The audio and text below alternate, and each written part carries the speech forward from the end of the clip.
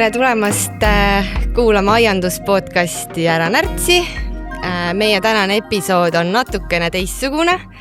Nimelt on tulnud kuulajatelt väga palju küsimusi ja mõtlesime, et teeme episoodi, kus vastame kuulajate küsimustele. Minuga on minu kaassaatejuht Ülle. Tere, Ülle! Tere! Ja hakkame siis kohe otsast pihta. Meil on siin kaks lehekülge küsimusi. Vaatame, kuhu me siis jõuame. Et esimene küsimus, mis on tulnud, on, et mis taim, mida Juhani puukoolis ostetakse tohutult, aga sina oma aeda ei paneks? Oi, kohe hakkame niimoodi tõeliselt tulistama, ütleks selle peale.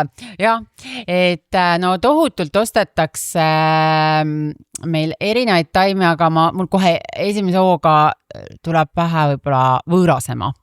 Et kevadine ost ja neid massiliselt läheb ja need kogused on ikka meeletult suured ja inimesed armastavad seda, aga mina oma aeda võõrasema ei istutaks. Et kuna mulle meeldib ta masshaljastuses linnapildis suurte selliste istutusaladena, ta mõjub hästi efektselt ja ta on, see saab värvidega kombineerida ja nii edasi, aga kodu aias minu istutuskastides ja pottides ta jääb tegelikult minu jaoks ikkagi lahjaks ja kuidagi nagu siis sellel hetkel, kui ta nagu annab mingit värvi ja mahtu, siis on juba teised taimed hakanud õitsema ja juba hakkab see püsik vaikselt oma nägu näitama, tuleb juba mingi teine sats neid suvililli peale ja siis ma juba tahaks tast nagu lahti saada. Et minu jaoks võõrasema on selline taim, mida mina oma aeda ei istutaks. Jah, vaata võõrasemaga koos tulevad ju kõik sibulad hakkavad vaikselt üles tulema ja et raske kombineerida võib-olla nagu selles õite ja värvide rohkuses, mis suvelilledega ja sibulilledega ja kõigega nagu peale tuleb. Jah, mulle võõrasema kõrval, et mitte nüüd niimoodi öelda, et ma sellise õietüpaaži täielik vastane oleksin, aga ma pigem, kui mul oleks vaja valida, siis ma valiksin sarvkannikese, mis on natukene armsam väiksema õiega, mida saab tihedamalt istutada ja kes on nagu tohutult kiire õiemassi kasvataja. Nii et võib-olla mulle pigem nagu meeldiks, et kui ma kasutaks siis lihtsalt seda sarvkannikest selle asemel, et see on selline taim tõesti, mis mulle nagu meeldiks võib-olla siis asenduseks. Ja.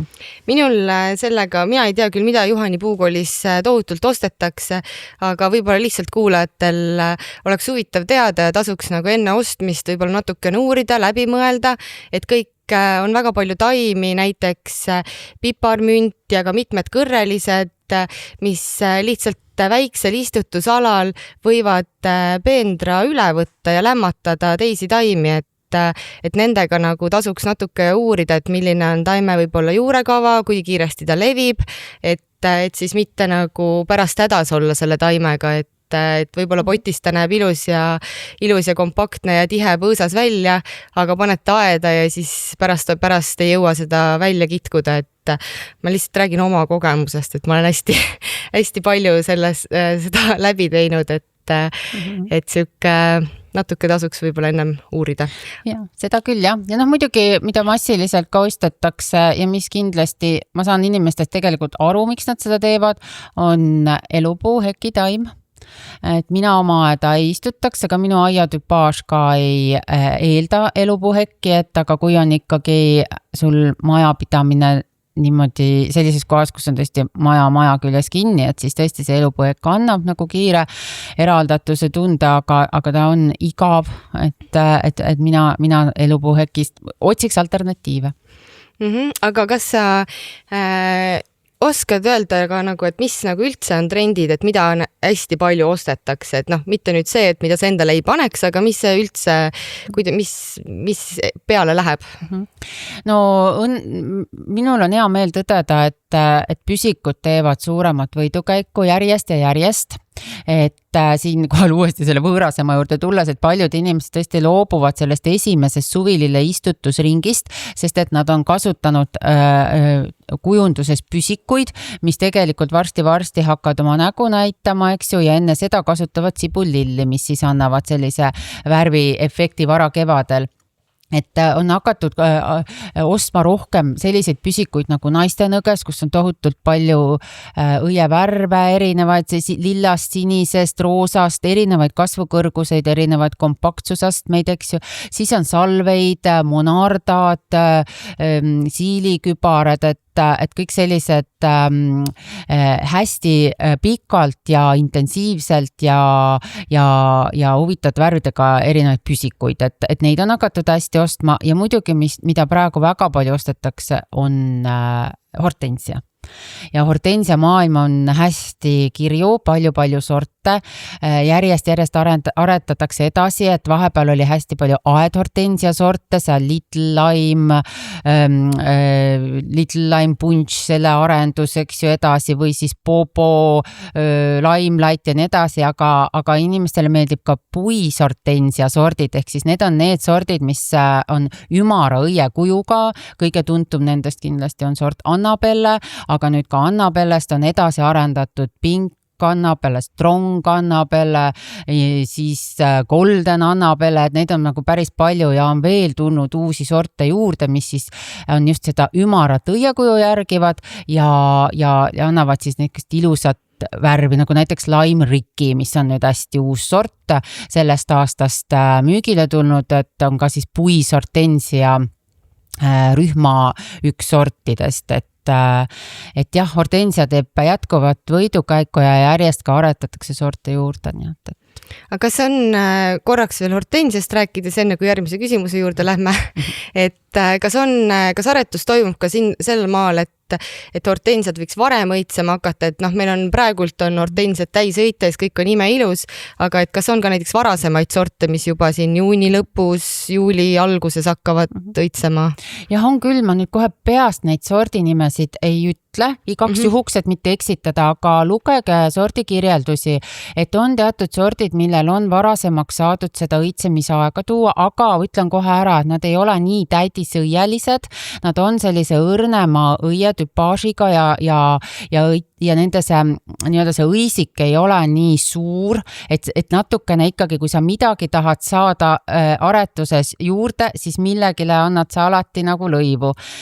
Aga on küll ja nad on ka üldjuhul siis madalamad, et nad ei kuluta nii palju aega sellele kasvamisele, vaid kohe hakkavad õiepungi aretama, mis tõttu nad jäävad ka madalamaks, et sellega peab arvestama ja seetõttu neid soovitatakse ka pigem istutuskastidesse, pottidesse, et just selle tõttu, et peenardes nad võib-olla jäävad natukene teiste taimede varju selle tõttu, aga on küll selliseid sorte aretatud. Muidugi Eesti tingimustes, me võime nagu, need katsed on, ütleme, aedades on neid katseid veel vähe tehtud, et me ikkagi ju toetume nüüd sordi aretaja kogemusele, kes on tulnud Hollandist või Euroopa riigist, eks ju, et seal on need suved ju pikemad ja üldse nagu kasvuperioodid pikemad, et võimalik, et meie kliimatingimustes see võib ikkagi nihkuda natuke hilisemaks, et me ka sordi kirjelduses lähtumisest ütleme, ta hakkab õitsema juuni lõpus, aga kui meil see mai on niivõrd külm, nagu teinekord on, siis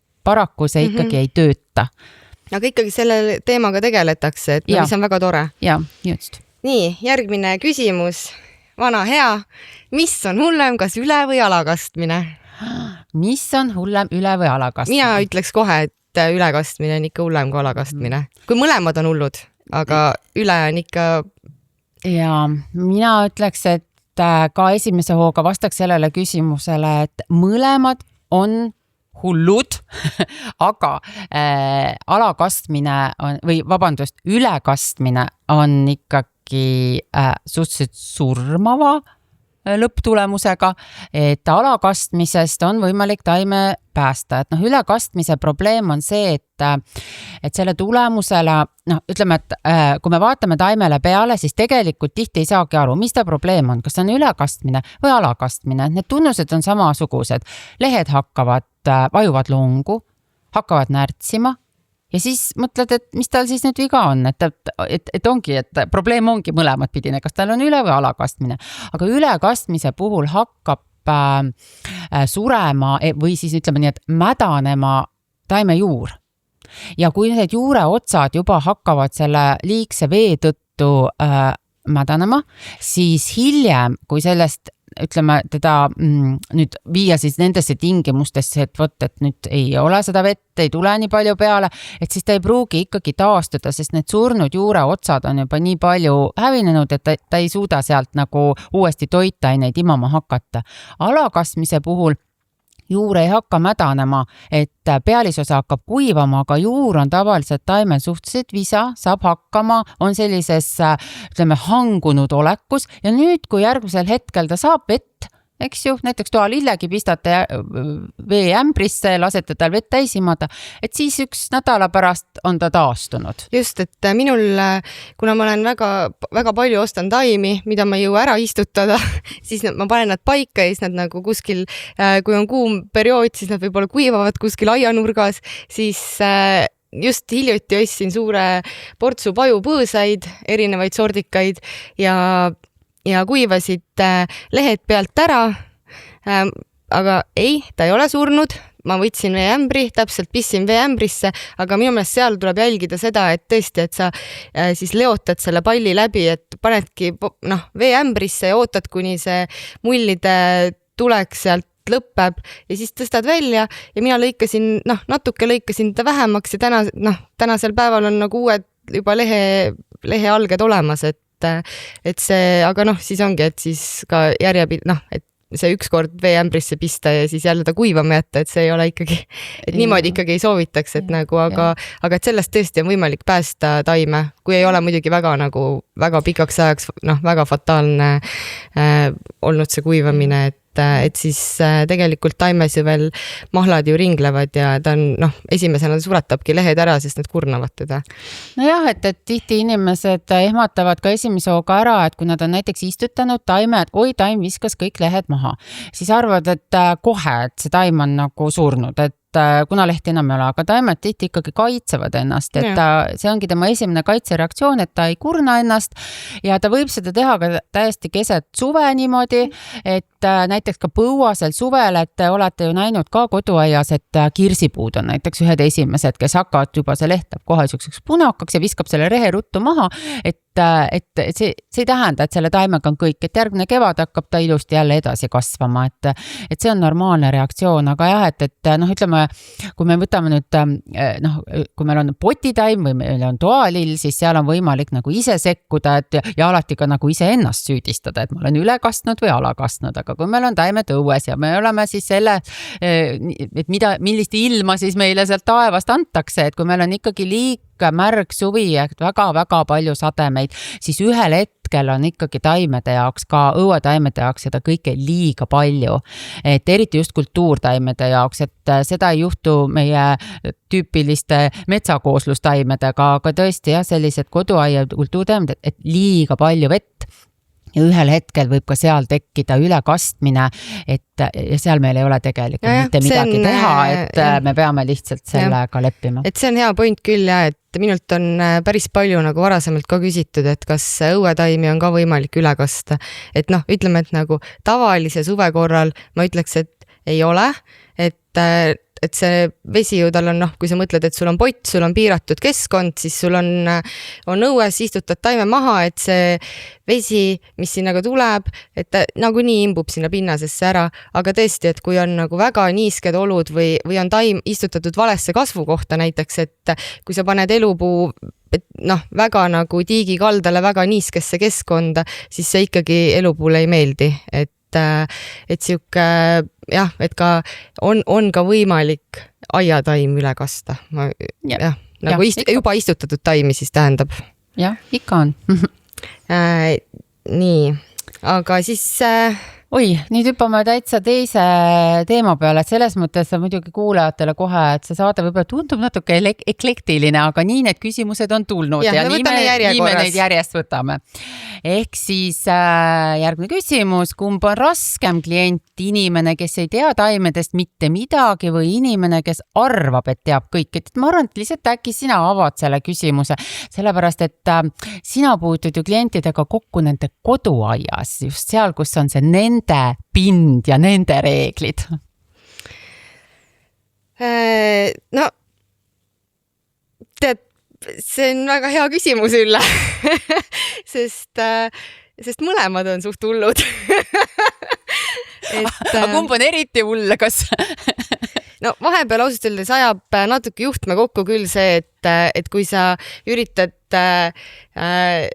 öelda inimesele, et teeme niimoodi, sest niimoodi on alati tehtud ja nii on mõistlik ja ta ikkagi raiub sulle, et teeme teistmoodi, siis noh, ma olen teinud nagu mõlemat pidi, on olnud olukordi, kus ma ütlen, et olgu, otsi siis teine haljastaja, sest ma ei ole nõus päris kõike ka tegema, aga siis on olnud nagu ka olukordi, kus ma olen lihtsalt leppinud sellega, et okei, teeme nagu sina soovid, et aga siis kui need näiteks elupuud või taimed ära surevad, siis see on ka sinu vastutus, et siis nagu järelhoolduse puhul või kui midagi juhtub, et siis ma ei saa sellele allkirja anda. Aga kuna need olukorrad siis tekivad nagu ütleme kujunduskontseptsiooni kokkuleppimisel või? No näiteks kui mulle ei meeldi see on lihtsalt näide, mulle tegelikult meeldivad liiljad, aga ma toon liiljatega selle näite, et mulle näiteks ei meeldi liiljad ja klient tahab siukest hästi, võib-olla nagu hästi looduslikku, mingit kõrreliste, ilusat aeda, aga panen need liiljad ka sinna. Et siis sellisel juhul on nagu okei, et ma proovin siis nad kuskile sobitada, kuigi ma võib-olla tunnen, et need liiljad sellesse kontseptsiooni üldse ei sobiks. Et siis on, oleneb olukorrast, et vahepeal ma olen nagu valmis võimlema ja suudan nad kuskile ära sobitada, pluss see, et meil on tõesti väga palju erinevaid liike, et värve, et vahepeal see on tehtav mõnel puhul, nagu kui inimene tahab ikkagi väga, väga palju erineva iseloomuga taimi peendrasse, siis see on keeruline ja ma võib-olla ei taha seda teha. Ja okay, siis, aga kas see siis kas see klient on siis nagu teadlik või mitte teadlik, et ma nagu selles mõttes, et ta siis ikkagi on enda jaoks ju mingisugused taimed ju selgeks teinud ja ta teab, mis talle nagu meeldivad, et või siis see on ikkagi mitteteadlik klient selles mõttes, et ta on pöördunud kujundaja poole, sina oled teinud talle haljastusplaani, aga vaatamata kõigele ikkagi tal on mingisugused omad eelistused, nagu näiteks liilja või et mingisugused sellised asjad, et minu vanaema aias oli alati selline taim, ja ma tahaks, et see oleks ikkagi minu aias ka, et mingi selline lähenemine siis.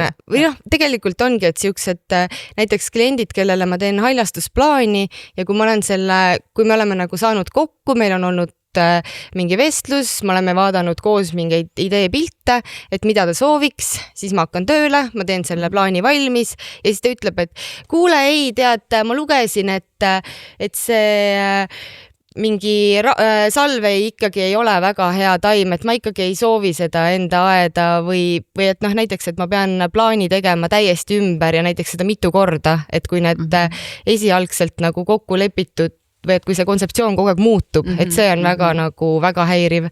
Juhani puukoolis meie oleme natukene teises positsioonis selles mõttes, et meil tuleb klientistikaäris ja tal on vabad valikud, mida ta soovib osta, et kui ta ikkagi on väga kindel, et ta tahab mingit taimest ja selle saab, aga ma olen tähele pannud sellest aastast ühte uut fenomeni, on tekkinud ka taimemaailma AI. Ja väga konkreetselt inimesed tulevadki ütlevad, et aga AI ütles mulle, et see taim kasvab tegelikult ka 1,5 kuni 2 meetri kõrguseks, aga teil on siin sildi peal kirjas, et see kasvab 1 meetri kuni 1,5 meetri kõrguseks. Kumb siis on õige? Ja see AI-ga ma olen ise ka kasutanud teda ja guugeldanud mingite uute sortide või taimede puhul, et eriti kui sa otsid eesti keeles, siis tegelikult peab arvestama sellega, et ta kogub selle info kokku erinevate puukoolide lehekülgedelt, ja siis ta teeb sellest mingisuguse keskmise sellise sousti, palun vabandust väljenduse eest, aga tõesti ta võtab lihtsalt, kuna tuleb infi nii erinevalt, et see on nagu selline, et meie peame nagu, mitte meie klient jälle rumal, vaid me nagu vaidleme selle AI-ga ja AI-st saadud infoga ja siis, kui ta eesti keelest ei saa näiteks infot, siis ta läheb välismaa lehekülgedele, siis ta hakkab seda eesti keelde tõlkima ja siis sealt ikkagi sa võid lugeda nagu väga, väga ütleme disorienteerivat juttu välja. nii et meil on jah, see on võib-olla nagu mingisuguseks uueks trendiks või probleemiks tekkinud. Ja kusjuures ma olen ise ka seda AI-d ikkagi päris palju kasutanud ja minu meelest AI puhul on, mis mul on silma jäänud, on see, et ta ei saa ütleme, et ta paneb taime nimedega ikkagi väga palju puusse, et ta, ma ütlen talle, et anna mulle täpsed juhised näiteks mingi sulgvõha kasvatamiseks, ma ütlen talle eesti keeles, see on sulgvõhk, on ju, ja siis tegelikult ta hakkab mulle kirjutama hoopis flamingolille kasvatamisest ja vot siis tulebki see ladina keel, et siis kui taime nimedest ka rääkida, siis tasub temaga rääkida nagu otsida välja taime ladinakeelne nimi ja sellega kirjutades, muidu ta võib isegi täiesti teise, sassi ajada taime erinevad liigid. Ma olen ka seda tundnud ja üldse, et kui tahta nagu saada infot mingi sordi kohta, siis ma soovitan kasutada ka ladina keelt. Et eesti keeles siis see valik, mis see infot tuleb, on väga väike, et ladina keel on ikkagi see, mis avab nagu rohkem seda tausta selle taime kohta, aga jah, et jah, selliseid vaidlusi me peame ja tihti on ka, ütleme, inimese väga, et üldse need taime kõrgused, see on ka üks selline sihukene natukene hägune, eriti mis puudutab põõsaid näiteks, et ei saa nagu võtta, et oi, ta kasvab täpselt nii kõrgeks ja mitte sentimeetritki rohkem.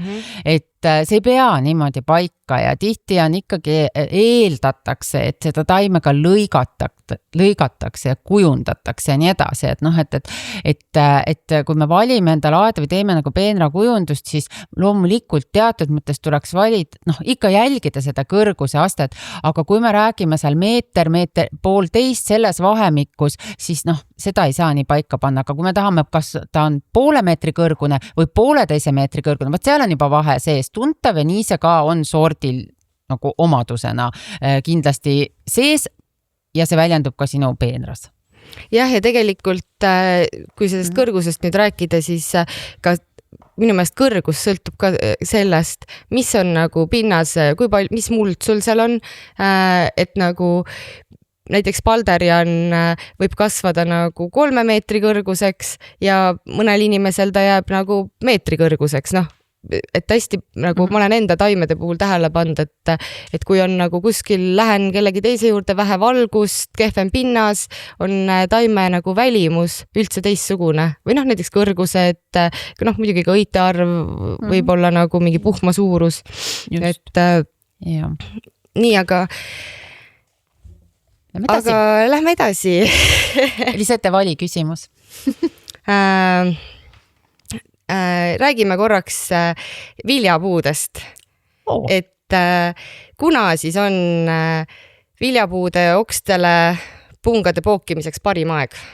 Aha, et lähtume siis koduaiast, kuna on kuulaja küsimus, et kui inimene tahab endal koduaias viljapuid pookida, ma eeldan, et ta ilmselt tahaks teha seda oma olemasolevale õunapuule, et näiteks teha perepuud, et pookida kasvavale õunapuule erinevaid sorte külge või ploomipuule. Et parim aeg pookimiseks on varakevad koduaias kindlasti. See on siis, kui hästi täpne olla, siis märts, ja võimalik, et ka aprilli algus, nii kaua, kuni pungad hakkavad puhkema. Nüüd teine nüanss siin juures on, et kuidas siis, milliseid oksi kasutada, milliseid oksi kasutada, et oksad võite võtta, mida te soovite siis peale pookida, ma püüan hästi sellises lihtsas keeles, et peale pookida sellele olemasolevale puule, et need te võite võtta ära sügisel, sest et poogitav materjal peab olema kindlasti raagus. Et kui meil on see olemasolev õunapuu ja ta on juba natukene hakanud lehtima või pung liikuma, siis võib veel pookida, kui teie pookematerjal on raagus jätkuvalt. Et võtate ära juba sügisel need pookeoksad, hoiustate neid kas tavalises külmkapis jahedas, nii natukene niiske lapi sees näiteks ja kilekoti sees omakorda, või siis teil on näiteks jahekelder, kuhu te saate panna nad turba sisse, või siis hoiate ka talvel täiesti lume sees, aga siis peate olema hoolas, et hiired neid ära ei näri, sest minul endal on olemas puukoolist kogemus, kus me panime pookeoksad lume sisse, et säilitada seal ja lõpuks, kui me seda materjali võtma läksime, olid hiired kõik ära hekseldanud ja närinud need oksad ära. See on siis see, kui me tahame sügisel ära võtta oksad, aga kui meil on plaan oma koduaias näiteks pookida juba meie enda olemasolevat materjali ühelt puult teisele, et siis te võite võtta ka selle materjali märtsis kohe värskelt puu küljest viimase aasta kasvu, et lõikategi sealt materjali ja lähete kohe ka seda pookima. Et siis jääb igasugune säilitamise mure tegelikult ära. Aga kust ma saan aru, et milline on viimase aasta kasv? No viimase aasta kasv on siis tavaliselt tuleb kas siis oksa otsast juurde kasv, ja sellel ei ole harunemisi, ta on selline, kuidas ma ütlen siis, üks pikk aga kas see on põhimõtteliselt vesivõsu siis või? No võib ka vesivõsu võtta, kui puul on näiteks võra sees vesivõsu. Aga ma nüüd räägin natukene sellist vanade aednike juttu, et kuna ma olen töötanud Rõnguaias, kus oli tõesti selliseid nii-öelda vanu aednikke, kes töötasid ka puukoolis aastal 50 ja 60, siis nendel oli selline teooria. See on selline müüt või ütleme niimoodi, sellel ei ole teaduslikku tausta taga, aga nemad väitsid, et vesivõsust poogitud puu ei hakka kandma, et kõige parem materjal on ikkagi viljakandva oksa otsast kasvanud võrse. Just. See on nii lahe siuke vanaemate tarkus. Ja ma võin öelda, et mina olen kuna ma puukoolis olen ka see, kes pookematerjali kogub talviseks pookimiseks. Meie teeme seda veebruaris sisetingimustel, aga see on tootmises, eks ju. Et mina tegelikult seda natukene järgin küll. Et ma väldin vesivõsu võtmist, kui vähegi võimalik on. Aga sellel ei ole mitte mingisugust teaduslikku see on selline, et nagu toas ei vilista, muidu läheb maja põlema. Aga ikkagi natukene nagu alati, kui toas keegi vilistab, siis korraks nagu vaatad ja ikkagi natukene nagu paned tähele. Et mitte, et ma usuks, aga aga see lähme siis edasi, sest meil on küsimusi on veel palju. Küsimusi on palju ja pookimise saime. Meil on tegelikult ka üks podcast viljapuudest ja minu meelest seal me ka rääkisime natuke pookimisest, aga võib-olla võin eksida, aga me võime talvel näiteks täiesti teha ühe podcasti episoodi ja rääkida viljapuu pookimisest. Ma arvan, et see oleks väga vajalik, sest pärast seda, kus me seda mainisime, jõudis minuni väga palju küsimusi, mida ma täna enam ei mäleta, aga inimestel on, mulle tundub, et kuulajatel on huvi pookimise vastu. Ja mind ennast ka väga huvitaks, sest mina kavatsen uuel kevadel tahan hakata pookima neid. Aga lähme järgmise küsimuse juurde. Järgmine küsimus Liseta sinule. Liseta, kas küsimus on see, et millised on head allee rajamise puud ja kas neid müüakse ja kui suured need on? Ma küsiks niimoodi... Mina ei oska sellele vastata. Liseta, ma küsiks, kas sa oled üldse näiteks mõelnud allee rajamise peale? Sul on siin suur ukke talumajapidamine, et ühes korralikul Eesti talul on alati ju olemas oma allee. Tead, Ülle, mu isa kogu aeg räägib mulle, et peab olema allee, aga tead, ma Ülle ütlen sulle, et ma arvan, et ma ei ole veel sellises vanuses, et ma hakkaks alleed rajama. Vaata, aga just praegu tuleb see rajada selleks, et kui sa oled selles vanuses, kui sa tunned puudust alleest, siis on ta sul valmis. Sest ega see allee ju ei kasva niimoodi naksti üle paari aastaga. Ei no, mina ikkagi mõtlen, et nagu asju tuleb teha siis, kui on suur sisemine tung asju teha.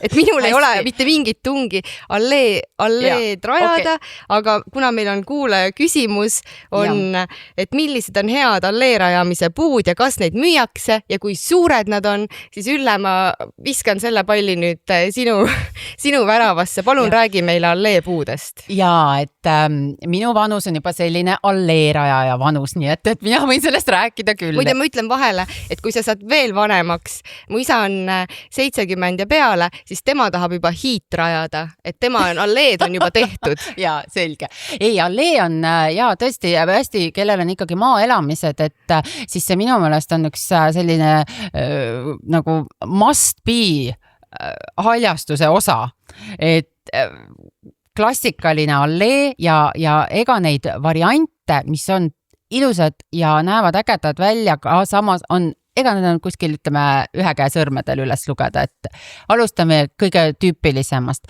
harilik pärn. et mul tuleb ka Alleega esimesena tuleb Pärn meelde. Ja seda tõesti kasutatakse, aga palju seal on erinevad põhjuseid, et just, et mesilased armastavad neid, ta on ikkagi meie siuke klassikaline koduaia puu ja nii edasi, aga Pärn pidi koduaeda õnne tooma. Ka õnne toob ja kõik, aga mina natukene lihtsalt laiendaks, et harilik Pärn küll, aga harilikult Pärnal on ka väga ägedaid sorte ja on ka liike, et mõtleme natuke veel sealt edasi, et on harilik Pärn, siis on laialeheline Pärn, siis on lääne Pärn, millel on väga kihvt sort Pallida, et kui te tahate sellist alleed, kus on teil on sellised ilusad muna ja kujuga puud, ei vaja nad pügamist ega kujundamist, ta ise kasvatab sellise klassikalise munaguga võra, et võiks natukene sealt Pärnast võib-olla edasi vaadata nagu sinna sissepoole ja valikuid teha, aga jah, harilik Pärn on üks klassikalisemaid. Siis muidugi, mida väga palju kasutatakse, on tamm. Harilik tamm. Nüüd pakun välja sinna juurde, et võib mõelda ka püramiidtamme, et kui ei taha, et see tammega tihti astutakse ämbrisse selles osas, et neid istutatakse ikkagi liiga tihedalt. Nad hakkavad tee äärt kuidagi varjutama, liiga palju oksad tulevad sõiduteele ette või nii edasi, et lõpuks ollakse nagu selle tammega hädas, aga näiteks püramiidtammed, et hariliku tamme sort fastigiata, et on sellised jäävad kitsaks, tal see võra läbimõõt on kusagil sinna 1-2 meetri peale ja kasvab ka kõrgeks ja on ka väga efektne ja on ikkagi tamm, eks ju. No siis kasutatakse arukaske ka, et kasealleed on ka, kui on palju ruumi ja lehemassi ei pelga ja siis on ka kask, sest kask on ikkagi ju tema põhiline väärtus on tüve värvis. Et ta on ilus, hele, ta on ka talvel ilus, eks ju, oma selle valge tüvega, aga ka kasel on erinevaid sorte, et nüüd ma näiteks sellist liiki pakuksin ka allee rajamiseks nagu Himaalaja kask, ehk siis ja seal on sort Tooremboss, et need on veel eriliselt valge tüvega. Et veel valgem kui meie arukask ja neid müüakse ka mitmetüvelisena, nii et sellist sorti võiks ka pakkuda. Siis kasutatakse allee rajamisel näiteks raberemmel ka sorti Bullata, rahvakeeli kerapaju. Mida me kõik tunneme ja teame ja väga palju näeme linnahaljastuses, sest ta on tõesti vastupidav, ta ei lähe väga suureks, aga tal on selline vahva ümar võrakuju ja annab jälle teistsuguse efekti, eks ju, ja võib ka kasutada niiskematel pindadel ja samamoodi ei vaja väga pügamist, aga võib ka pügada, kui tahate natuke oma alleed kontrolli all hoida, et võt siis see kerapaju täpse nimetusega raberemmel, kas Bullata. Siis, kes on natuke edevamad, iluõunapud on üks selline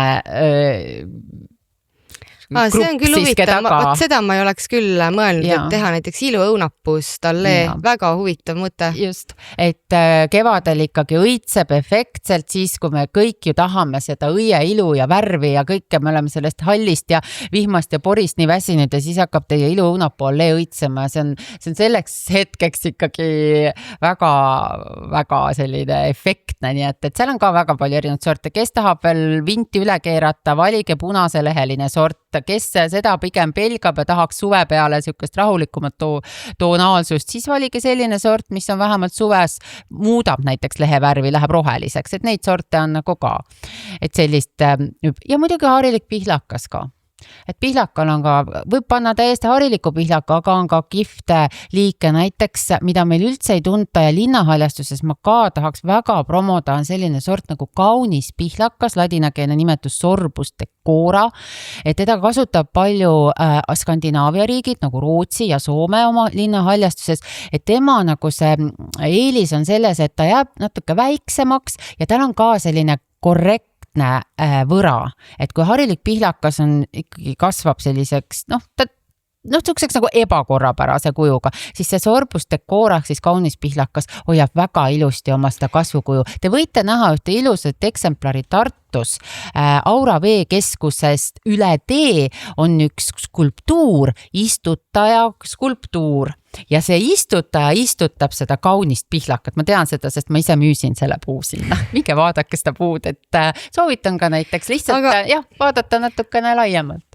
Väga huvitav, kusjuures sa müüsid mulle võib-olla selle allee mõtte maha selle iluõunapuuga, et võib-olla tõesti tuleks rajada allee ära no, aga ma tahtsin korraks vaata, siin on küsimuses ka see, et kas neid puid, kas neid müüakse ja et kas näiteks, kas siis on nagu, kui ma tahan rajada alleed, siis ei ole ju olemas niimoodi, et mul on nüüd kindlad alleepuud, et kui ma nüüd kus on sildi peal kirjas, see on alleepuu, et tegelikult on ikkagi sordid ja sa võtad seda, mis sa nagu näiteks, mis sa soovitasid nende seast ju sa lähed lihtsalt puukoolist, ostad tavalise puu, mitte nagu alleepuu, et nagu... No seda küll jah, et meil ei ole sellist gruppi, et võt need on alleepuud, on ju, et peaks ikkagi Istikaaris mõne aednikuga arutama natukene, aga me oleme teinud ka, näiteks sellel kevadel oli selline pakkumine kohe alleepuudele, oli mingi allahindlus ja siis olidki need välja toodud, need klassikalised alleepuud, on ju, ja nendele oli siis ka selline kevadine sooduspakkumine, sest tegelikult varakevadel on väga head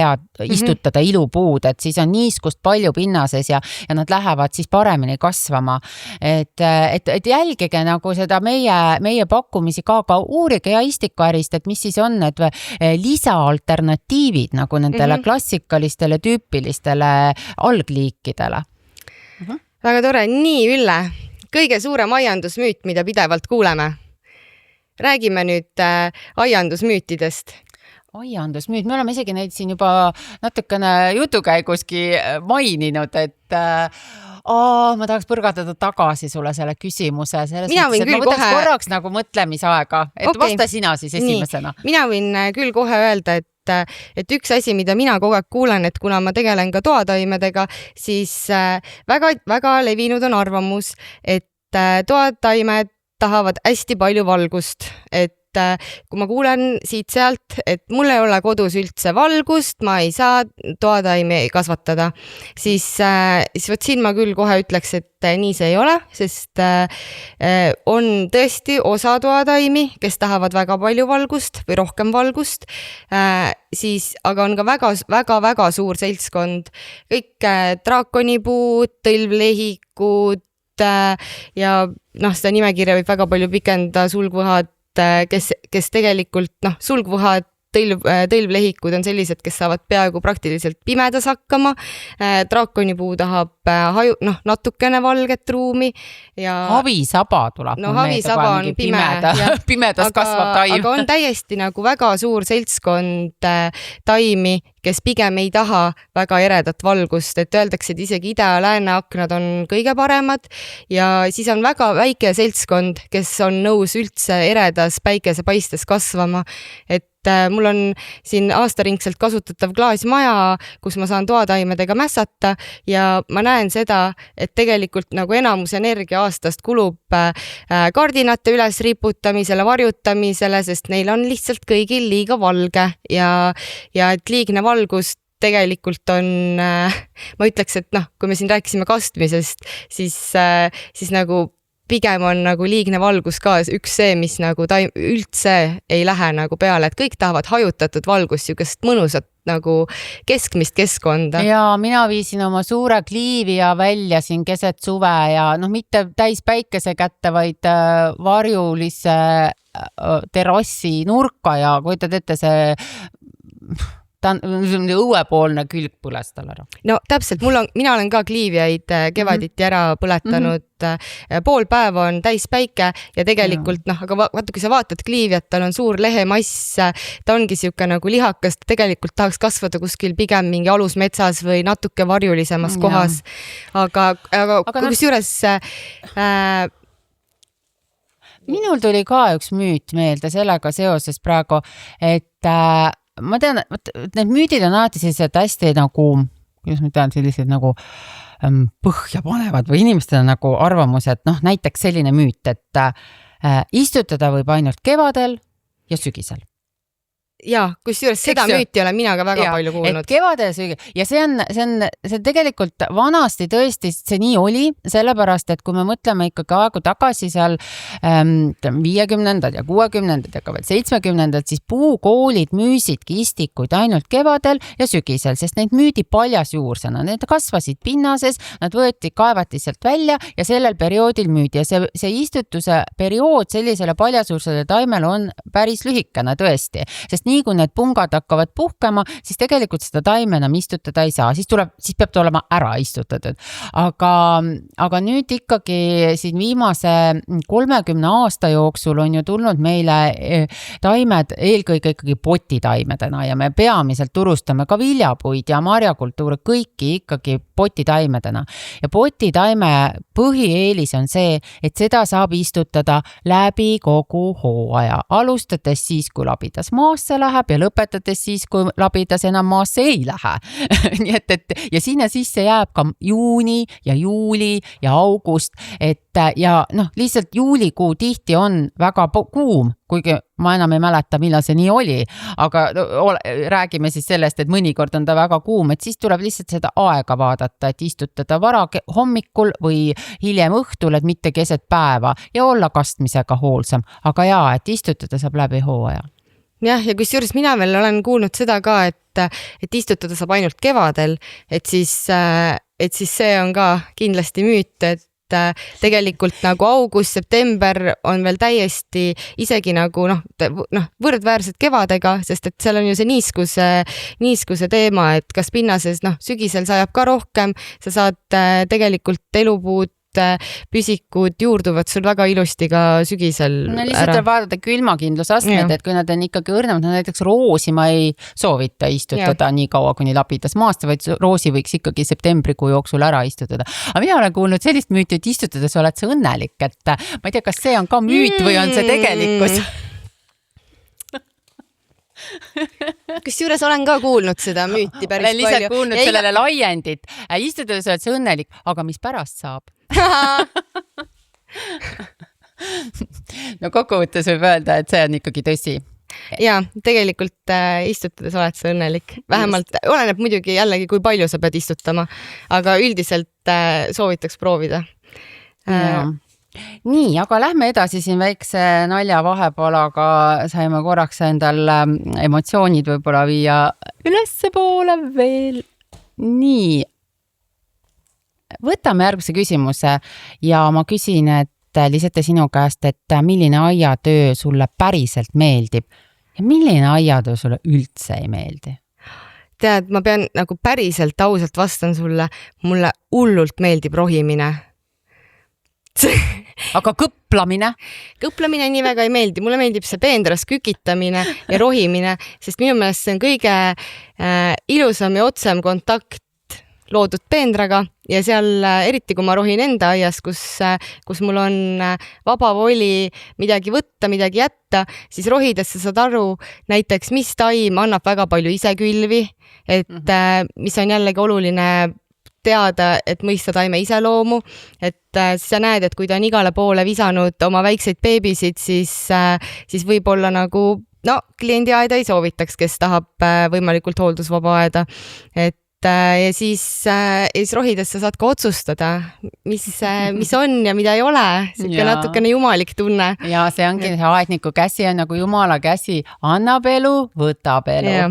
Nii et selles suhtes küll, aga minu meelest rohimise puhul on see kuidagi, sa saad ka nagu, see on nagu kraavi kaevamine või sul on nagu konkreetne töölõik ja sa näed kohe seda tulemust, sa lähed hindad, et siin on seda vaja teha ja kui sa selle ära teed, siis on selline rahulolu oma tööst, eks ju, et võib-olla ka see on selle aianduse populaarsuse üks põhjuseid ka täna, et meil väga palju inimesed teevad sellist tööd, kus nad isegi ütlevad, et midagi nagu päev otsa teevad, aga nad päris täpselt aru ei saa, et mis see tulem siis sellest on, et millegiga ma nagu tegelen, mingisugust asja nagu ajan, aga et kus see nagu siis nii-öelda see lisandväärtus siis on, eks ju, mis sellest siis sündis, et aga midagi silmaga nähtavat. Lähevad õhtul koju ja nad saavad teha seal konkreetselt ühe peenra puhtaks ja nad saavad endale selle tunde tagasi, et midagi ma tegin ära ja siit ma sain konkreetselt tulemi. Aga minule näiteks aiatöödest meeldib, kui kedagi huvitab, et mulle meeldib tegelikult lõikamine ja kujundamine ja selline varakevadine töö, et ikka just nagu luua sellele taimele, et minna nagu kääridega juurde, lõigata teda kas lühemaks, madalamaks, kitsamaks, näiteks okaspuude mingisuguseid kujunduslõikuseid, mis on nagu huvitavad, kus sa näed siis, et mis selle tulemusel nagu tekkis, et see lõikamise tähtsus on tegelikult ülitähtis taimede juures, sest et kultuur, ma näen lihtsalt linnahaljastuses seda ja mul on kahju sellest, et hästi tihti istutatakse suured põõsagrupid ja nad on nagu ilusad põõsad, aga kui neid üldse ei lõigata, siis tulemuseks on niisugune inetu rääbakas välimus ja ma ei saagi nagu aru, et miks seda kujunduslõikust nii palju välditakse, et kas siis ei osata teha või ei ole selleks nagu jõudlust või ma ei tea, mis see põhjus sellel on, et aga ilusti kujundatud ja lõigatud ilupõõsas on kordades parem kui lõikamata. Ja tead, Ülle, mulle on ka hakanud lõikamine järjest rohkem meeldima ja tead, ma arvan, et see asi tuleb ka vanusega, et ma olen praegult nagu see ikkagi siin selles rohi ja vanuses ja siis nagu ütleme, et ma olen liikumas sinna nagu faasi, kus mul hakkab meeldima nagu alleepuud ja puude lõikamine, kuigi ma tegelikult väga naudin puude ja põõsaste lõikamist, aga selleks peab olema nagu hästi palju aega, et siuke, et sa lähedki nokitsed tükk aega, tund aega selle õunapuu kallal, et see on aega nõuda. Ma küsiks kohe siit juurde, kuna see, et saan aru noorema inimesena, et sina võib-olla siis oled teinud ka niisugseid apsakaid oma elus, et või siis ka siukesed emotsioonid löövad sul üle pea, et kui palju sa teed taimepoes näiteks emotsioon osta või oled sa selline ostja, kes väga täpselt läheb, siis poodi teab täpselt, mida ta ostab, et lugeja või meie kuulajad on neid nagu huvitab, et kuna nad vist ise on hädas selle emotsioonostikuga, et kas sa suudad ennast kontrollida? Väga piinlik küsimus tõesti, aga ma olen väga suur emotsioonostude tegija, et tihtilugu ma ikkagi nagu võib-olla ei ole raha, et isegi sinki leiva peal osta, aga selle mingi taimekäru ma ikkagi laon täis, kui ma lähen ja ma just käisin nüüd 4 päeva tagasi Delistiku äritustel oli see okaspuude soodukas ja ma läksin tegelikult mõttega, et ma ostan nagu need 5 kurereha sealt ja ma tulen sealt teistpidi tagasi ja siis ma võtan selle käru ja tead, ma ei saa lihtsalt ennem nagu kassasse liikuda, kui ma ei ole seda käru täis ladunud. Nii et ma arvan, et ma olen kõikide klienditeenindajate suur hirm, sest et ma tulen siis minuga on iga kord mingit jama palju väikseid taimi laotud üksteise otsa, kui suures Ülle, ma tahan sulle öelda, palun võtke see kärude suurus ette nüüd, sest teil on liiga väiksed kärud. Mulle meeldivad need kärud, mis on need ristkülliku kujulised, saab ilusti potte panna, aga need tavalises käru formaadis kärud ei ole head, sest sinna mahub ainult mingi 3 istikut ja siis ma hakkan seal mingit torne ehitama ja siis need klienditeenindajad on minuga hädas, et neid torne lahti lammutada ja hästi, ma annan meie käru sisseostu osakonda selle info edasi. Palun anna edasi. Aga mina olen ühesõnaga väga suur taimepoes väga suur emotsiooniostu tegija ja see on täiesti, ma tahaks, et ma ei oleks seda, ma püüdlen sinna poole. Ja sa pead sellega tegelema, kuigi minul on nii hea meel, et sa seda siiski teed ja ma võin öelda, et sa ei ole meie istikaride hirm, vaid sa oled ikkagi nagu suur õnnistus, kui sa sealt uksest sisse astud. Aga see emotsioonostu tegemine, seda ma kuulen ikkagi meie klientidelt ka, ma näen lihtsalt sotsiaalmeedias neid arutelusid, siis see on paljudel üks suur nõrkus, et nad ütlevad, et ma läksin sinna ühe asja järgi ja ma jälle tulin 5 taimega ja ma jälle tulin, mul oli terve käru neid täis ja nii edasi, et ja taimed ei ole odavad. Ja ühel hetkel, kui me hakkame rääkima aiakujundusest, vaata, siis me tegelikult ikkagi jõuame selleni, et see emotsioonostu tegelikult ära rikkuda ühe ilusa aiakujunduse, sest et sa ju pead nende taimedega midagi tegema. Üks asi on see kärru ladumine, teine asi on see, et nad tuleb ka ära istutada, et ilmselt ikkagi et see võib olla ühel hetkel probleem tegelikult selle inimese jaoks, kui ta kodus on. Aga mina soovitan ka, tee korralik nimekiri endale enne, kui sa aianduspoodi lähed ja võta täpselt neid asju, mis sul vaja on, sest muidu nad jäävad seisma, nad kuivavad ja siis on häda majas. Nii, järgmine küsimus. Kõige rumalam aiandusviga? Kõige rumalam aiandusviga, mida me ise kunagi teinud olema. Jah, minul on kohe üks lugu rääkida sellega. Kunagi tegin oma mingit suhteliselt esimene toataimede suurem ümberistutamine. Novembrikuu jätsin mullad autos pagasnikusse, viisin hommikul kontorisse, istutasin taimed ümber ja kõik surid ära hommikuks. Või ütleme need nagu suhteliselt kiiresti ja sealt järeldus, mida ma tahaks kõikidele kuulajatele südamele panna, ärge istutage külma mulda. See jääb mulle eluks ajaks meelde, et taimejuur ikkagi ka, et ta saab šoki sellest, kui sa paned ta nagu jalgupidi külma mulda, et see muld võiks olla ikkagi käesoe, täpselt nii nagu kastmisveega.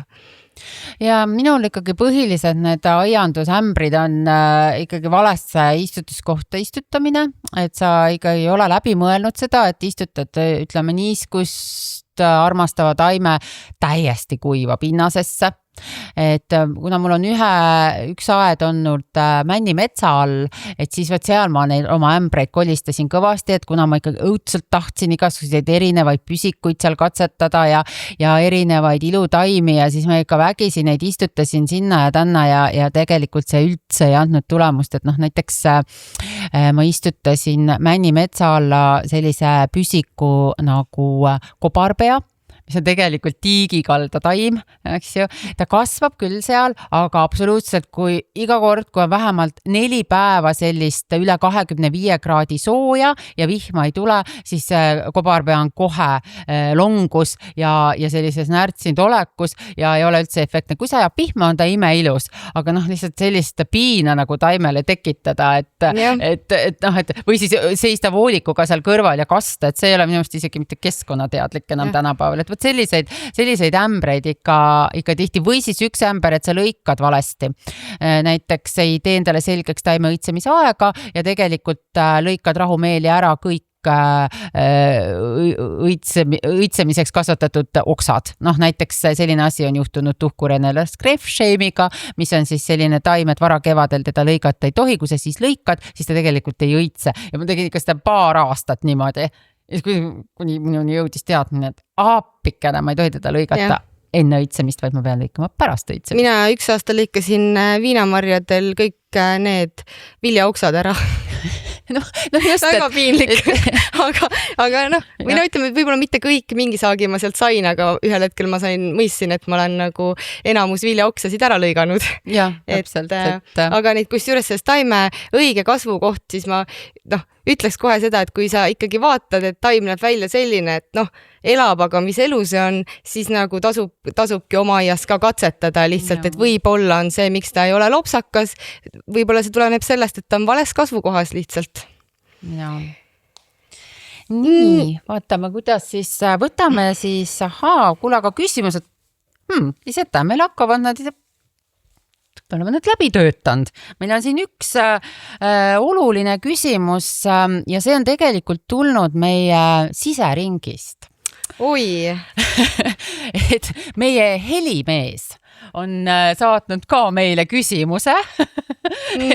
Meie podcasti salvestaja Karl. Ja tema küsib meie käest, mis on teie isiklik üks suuremaid õppetunde aianduses, kus teooria ütles üht, aga praktika oli hoopis midagi muud. Ülle, sa suudetsid nende lehtede pealt kõige paremad pähklid välja noppida. Aga ma ei saanud ju jätta küsimata, kui see on tulnud nagu... Kui meil on samas ruumis inimene, kes on nii huvitatud terve selle salvestuse aja ootab pingsalt, sügeleb tooli peal, et kas tema küsimus ka ükskord tuleb. Ja nüüd see siis tuli ära. Liseta, sõna on sinul.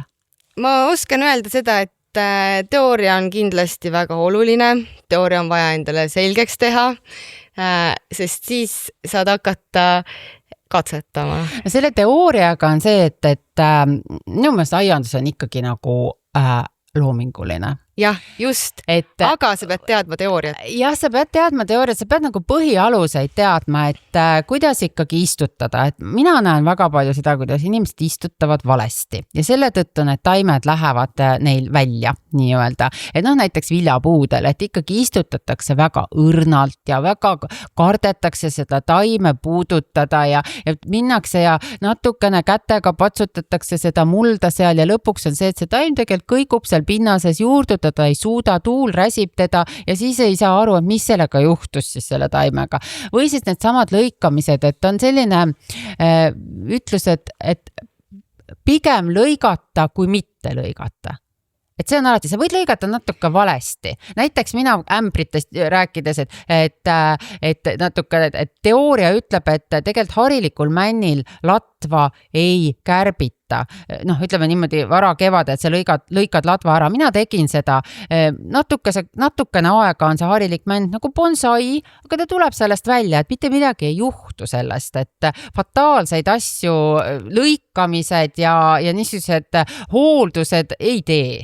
Just, ja võt see, et teooriat on oluline teada, aga et aiandus on loominguline. Võt see oli mingil hetkel, see jõudis mulle kohale näiteks just tänu läbi lõikamiste, et sa võid teada, et lõika välja nagu sisse kasvanud oksad, paralleelsed oksad, kõik see teooria, aga siis, kui sa nagu võta see teadmine omaks ja viska see maha ja hakka lõikama, et siis nagu kuidagi see puu hakkab sinuga rääkima, et sa nagu näed nagu, et sa enam ei jää kinni sellesse, et peab ainult need oksad võtma, vaid vaata seda puud kui tervikut ja sa näedki, et mis sealt tegelikult peaks lõikama. Minule väga meeldib minu puuviljanduse õpetaja Jaan Kivistik.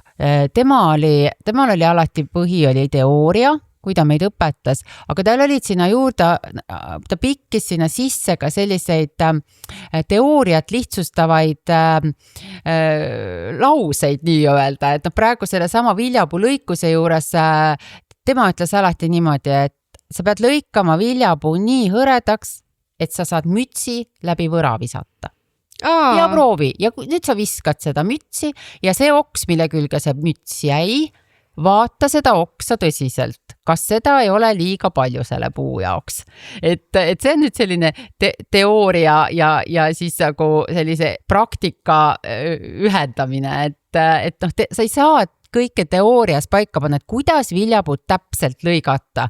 Eks ju, et seda ei ole võimalik, et sa lähed ikkagi selle puu juurde, iga see puu on erinev ja sa pead lähenema loominguliselt ja siis proovima võib-olla ka mingeid enda jaoks ükseid huvitajaid nõkse sinna juurde. Ja teine, minu meelest on ka see täpselt see, mis sa ennem rääkisid, et loodus annab andeks või et hästi palju ikkagi just lõikamiste puhul nagu taim annab andeks sulle, kui sa natuke eksid või natukene nagu lähened loominguliselt võib-olla, et mulle väga meeldib see, et iga aasta, kui mul on olnud praktikandid, et siis näiteks küsimus, et kuidas ma seda tomatit nüüd lõikan või tomatit nagu korrastan, siis mulle kõige rohkem meeldib, kui praktikandid on nõus võtma selle siis enda peale, ma ütlen, et tead, lõigake nii, nagu teile õige tundub. Et ma võin mingid punktid võib-olla räägin neile, kuidas mina teeks, aga et tegelikult ei ole ju nagu, see ongi ju õppeprotsess, et kas sa lased ta siis 2-tüveliseks, 3-tüveliseks, 1-tüveliseks, et ja siis vaadake, mis juhtub. Et küll see tomat andeks annab saaki, me saame nagunii ja lisaks see on ainult nagu 1 aasta on meil see tomat ja kui ka ei saa, siis sellest ei juhtu mitte midagi. Et nagu tehke ja katsetage. Just. Nii et aiandus on selles suhtes, et lihtsalt nagu ütles väga hästi, et loodus annab palju andeks. Ja. Nii, aga me võime vist otsad kokku tõmmata. Või on sul veel midagi? Mõni ma tahan, küsimus? Et sa küsiksid ära ka selle võib-olla, et mis on kõige ilusam taimlahendus, mille Plantriss on teinud, siis see on kuulajalt tulnud küsimus. Selge. Mis on kõige ilusam taimelahendus, mille Plantriss on teinud ja mille üle sa ise kõige uhkem oled? Ma arvan, et säre taluaed, et siin on ütleme, et tegelikult on klientide juures projektidest on olnud ka väga huvitavaid projekte, aga ühte teisest nagu ette seada on natuke keeruline ja alati on kõige paremini meeles need, mis on viimati tehtud, nii et see kevad-suvi on suuresti märksõnal Viljandi ja Aindu projekt, et väga huvitav, ma ei ole, seal me siis rajasime väga suurel maa-alal köögivilja-aia, mis pidi ka ilus välja nägema. Ja sotsiaalmeedias on ilusaid pilte teie lehekülgedel. Et näiteks see oli nagu praegult niimoodi nagu, kui säre välja jätta, siis esimesena tuleb meelde see, sest et ma ei ole varem kliendile kellelegi köögiviljaaeda sellises mahus rajanud, et see oli kindlasti väga huvitav siuke mõttetreening, mida kõigepealt planeerida, mida üldse kasvatada, kuidas nende asjade järgnevus võiks olla, mis juhtub, kui maa jääb paljaks, et mida sinna siis asemele panna. Siis on väga huvitavaid toataimede projekte oleme teinud, et siin eelmine aasta meil oli Rimi ehitas logistikakeskust, mis oli väga lahe toataimede projekt. Need on nagu kontorilahendused. Kontorilahendused, et aga niimoodi nagu kunagi suurematest projektidest veel on meeles Tartus Paju tänava esise ehitus, mis see oli ärihoone või? See oli ärihoone ja et sinna läks väga palju hortensiaid ja kõrrelisi ja et tegelikult meelde jäävad sellised suuremad projektid, mille nagu kestel sa oled nagu vandunud ja mõelnud, et ma ei taha seda teha, miks ma selle vastu võtsin, oli seda siis vaja, et sellised ja siis lõpuks, kui sa sellest nagu läbi närid ja selle valmis saad, siis sa oled nagu, siis tegelikult see jääb meelde, et see on jah tore, et Eestis on ikkagi aeg nii kaugele jõudnud, et ühtegi maja ega ühtegi hoonet mis on siis nagu avalikus kasutuses, ei tohi ilma haljastusplaanita projekteerida, nii et see on väga, väga tervitatav, et alati rajatakse ka lillepeenraid ja istutatakse puid. Kuule, aga meil on veel üks küsimus, mis mul jäi veel siin. Lõpetasin juba, aga olgu. Mis mul jäi siin silma, et kuna meil on tulemas sügis, siis kuulaja poolt on tulnud küsimus, et mis saab sügisel, kui peenrad jäävad tühjaks, kas peaks kasvatama vahekultuure või koduaias pole selleks vajadust. Et kuna siin pole täpsustatud seda, et kas on tegemist köögiviljaaiaga või iluaiaga, siis ma lihtsalt tahaksin sellele küsimusele vastata ja öelda, et näiteks kui tegemist on iluaiaga, siis oma aeda kujundades tasuks alati mõelda sellele, et taimedega õitsemise ajale, et sul olekski õitsejaid ja kasvajaid nagu läbi terve hooaja. Et istutage, näiteks praegult on siilikübarad väga ilusad, et siuke sügise poole õitsejaid, astrat, siilikübarat tasub ka ikkagi peenrasse panna ja ära mahutada. Seda küll jah, et aga võib-olla ka see vastus, et mis saab sügisel, kui peenrad jäävad tühjaks, et ega see päris tühjaks nad kindlasti ei jää, et kui teil on olnud püsikutega rajatud peenraalad, et siis lihtsalt jätke need pealisosad peale, et meil on kombeks need kõik ära lõigata, aga seda ei pea tegema, et jätke nad peale, nad lähevad ilusasti härmatisse, nad näevad head välja, eriti kõrrelised ja näiteks ka hortensiapõõsad, et ei pea neid õisikuid ära lõikama, vaid jätke nad sinna külge ja nad on läbi talve, annavad siis sellist talvist karget kujundust teie aiale ja muidugi sügis on ikkagi väga hea aeg sibullillede istutamiseks, et kui te tahate saada varakevadel endal ruttu õisi, et siis sügisel kõik need püsikupeenra tühjad kohad, et saate sinna lillesibulaid siis maasse toksida. Nii et siis on kohe kevadel midagi ilust. See on ka nagu aiandusmüüdi murdmine, et kõik sügisel tuleb kõik maha lõigata, et tegelikult mina jätan ka alati, et sügisel otste kokku tõmbamine on tihtilugu nii kiire, et mina jätan kõik püsikud, kõik pealsed alles ja siis kevadel, kui näpud sügelevad juba tahaks aeda minna, siis on nii tore neid tagasi lõigata. Aga vahekultuuridest, ma ei tea, kui võib-olla küsija mõtleb selle all ikkagi köögiviljapeenras või niimoodi, siis mina olen viimane, ma lugesin tomati kasvatamisest raamatut ja siis mind väga huvitas seal selline soovitus, et kui tomatid on ära koristatud ja kasvu on tühi, et siis külvatakse mingisugust teravilja. ja kas see on siis rukisoder, mis iganes, täiesti klassikaline teravili, te külvad selle kasvuhoonesse, ta hakkab seal kasvama. Tegelikult tuleb siuke väike roheline mass peale, see siis talve jooksul nagu külmub seal ära või kuidagi ja siis kevadel sa lihtsalt kaevad selle sinna sisse, et see on nagu selline haljas väetis sellele mullale, et seda, ütleme, iga-aastaselt niimoodi tehes ei peagi orgaanilist väetist nii palju lisama sellele pinnasele, et võib ka ainult sellise rohehaljas massiga põhimõtteliselt saavutada selle sama efekti, kui lisades iga sügis sinna näiteks sõnnikut. Väga huvitav, võiks täitsa katsetada. Ja mina plaanin ka seda katsetada, et see on nüüd kasvuhoones, aga näiteks seda võib vabalt teha ka oma peenrakastides. Meil on ju paljudel ikkagi kogu köögiviljaaed lahendatud peenrakastidega, et kui nad on ära koristatud, läbi kaevatud, siis teha sinna selline külv ja seal võib vabalt selline haljas mass kasvada ja siis kevadel lihtsalt kaevata selle sisse. Ja tegelikult köögivilja, kuna sa selle sisse tõid, siis praegult võib veel, kui jääb midagi tühjaks, näiteks kartul on ära koristatud, siis võib ju veel salatit visata või redist või midagi sellist, mis on lühikese valmimisajaga, et ma nädal tagasi tegin endale uue redise külvi, et siuke vabal alale ja midagi ikka saad sealt. Ja näiteks isegi hernest soovitatakse, et saada neid hernevõrseid, kaunu ta ei jõua enam välja kasvatada, aga just neid hernevõrseid, mida ju ka kasutatakse salatites ja eriti just Aasia köögis. Võt hernest ma panin ka ja mina panin hernest selle mõttega, et ta on liblik õieline, et vahet pole, et kui ta ka natukene kasvatab, siis ma kaevan ta sisse või las ta olla seal, et ikkagi nagu parandab maad. Pinnast, just nimelt. Ja muidugi ärge unustage, et sügisel tuleb köögiviljataimedest istutada ju küüslauk. Jah, tuleb. Seda ei saa kevadel istutada.